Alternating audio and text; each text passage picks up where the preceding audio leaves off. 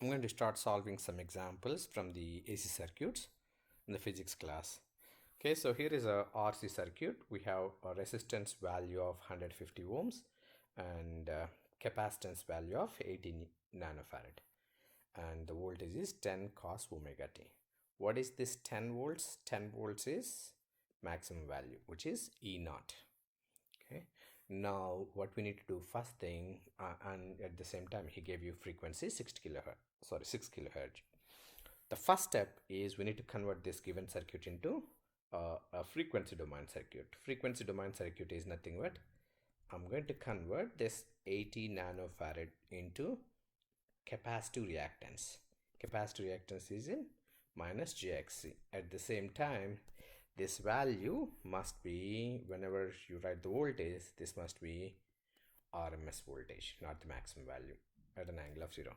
So this is maximum divided by square root 2. The angle came from omega t plus 0. Okay, so that 0 is right there. Now XC, so capacitive reactance is always minus jXc.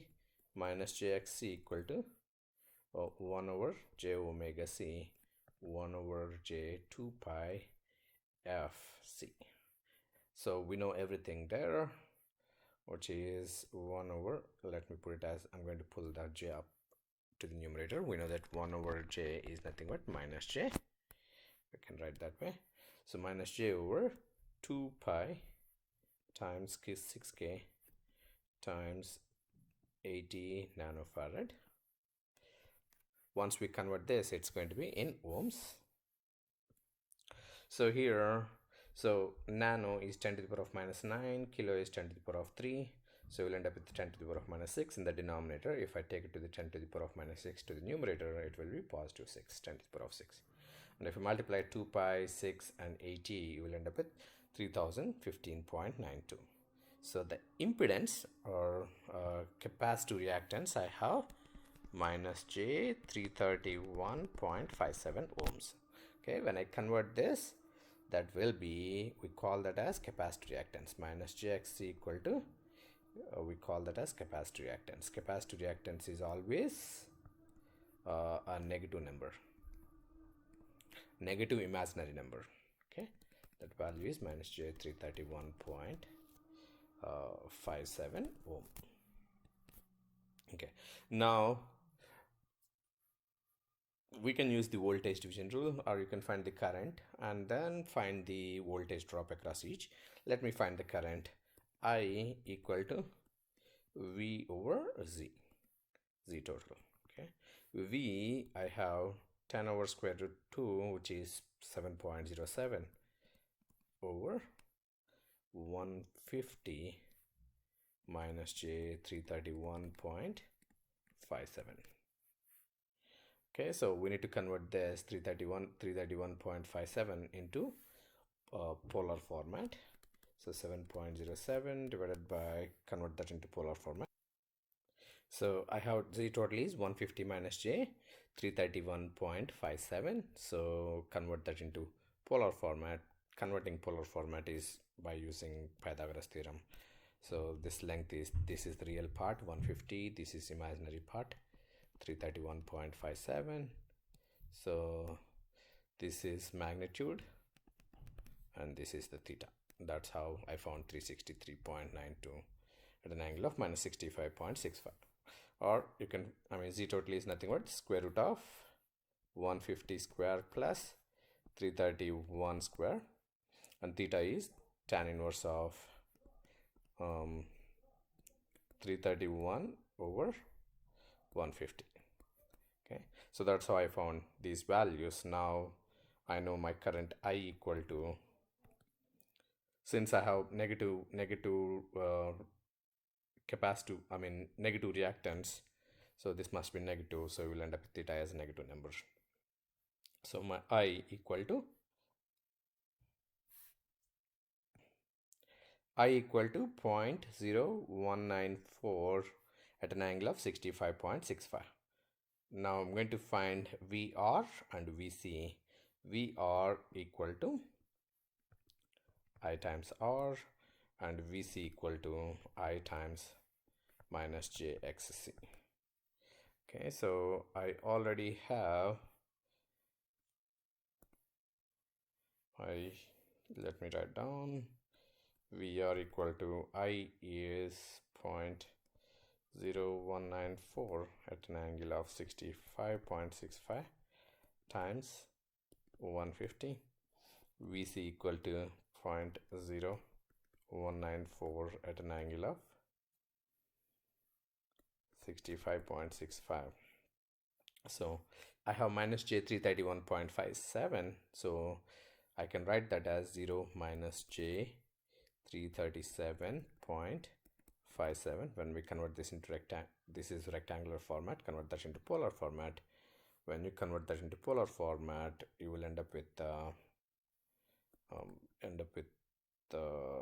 337.57 at an angle of minus 90. Okay, now we can find this is the final voltage. Okay, so VR I have 2.91 at an angle of 65.65. VC I have 6.54 at an angle of minus 90. Most of the time I will take the magnitudes. That's what he's looking for in the answers. By the way, if you're doing the mastering physics, I'm 100%, or I personally believe they might not change this into RMS value. They just used maximum value 10 at an angle of 0. So if you want to find the maximum value, so the maximum value usually either you indicate with VR max or V0. V0 equal to, all I need to do is multiply this with square root 2 times 2.91. I'm just taking the magnitude. And VC max equal to, which is V0, let me take this as R, this is V0C, square root 2 times 6.54. Those are the maximum voltage. I believe you may need to enter this answer in the mastering physics. Thank you. Let me move to the next example. So here is the next example. In this example, I believe he's asking for resonant frequency. Okay, so resonant, what is resonance? At resonance condition, resonance is nothing but these two store energy, right? At one point capacitive reactance is equal to inductive reactance. So basically XL equal to XC. That condition is nothing but resonance condition. Okay, capacitive reactance and inductive reactance are equal. So we know that one is plus JXL, this is minus JXC. So if these two are equal, they get cancelled out.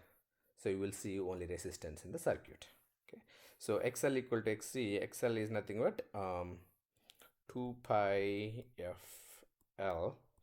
XC is nothing but 1 over 2 pi FC. So we're looking for F. So whenever it comes to the resonance, we always call this as F0. Okay, so F0.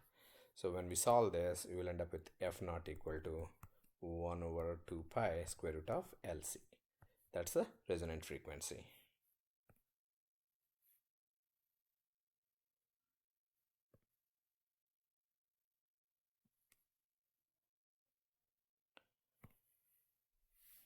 Okay, so here resonant frequency equal to, so F0 equal to 1 over 2 pi square root of LC.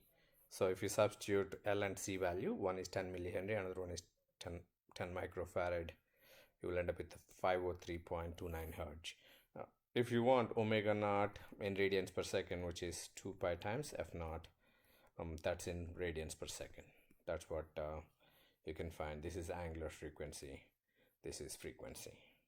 Now in the same example, he's also asking us to find the voltage drop across each element. Okay, so we can find the current. So the current must be I equal to V over Z. At resonant frequency, Z is nothing but R, because XL, JXL and minus JXC, they get cancel out each other. So V, I have 10 over square root 2 RMS value. When we convert this into frequency domain, we always use the RMS value, but I'm assuming he might used maximum value. So what I'm going to do, I'm going to say this is I naught. That I naught represents maximum value. Okay, so I naught equal to V max or V naught over Z or V naught over R. V naught over R, 10 over, what is the resistance value, given value? 10 ohms. So we'll end up with 1 ampere of maximum current. What is the RMS current? I know that IRMS equal to square root 2 times Imax. I'm sorry, Imax over square root 2. RMS value is always less than the maximum value, remember that. So we'll end up with 0.707 ampere. I'm sure in the mastering physics, I think he might expect you to put 1 ampere. Okay, so that's the reason I gave you a few chances. Now I have the current passing through the circuit. So can I say voltage drop across resistor V naught R? I'm going to take this as maximum value. V naught R equal to I max or I naught times R. You will end up with 1 ampere times 10. That's going to be 10 volts. So all the 10 volts is going to appear across the resistor. Now V naught times V naught of L, voltage drop across the inductor, which is I naught times JXL. So what is the XL value here? JXL equal to J omega L. I have omega equal to 2 pi f naught or J 2 pi phi naught 3.29, and L value is 10 milli.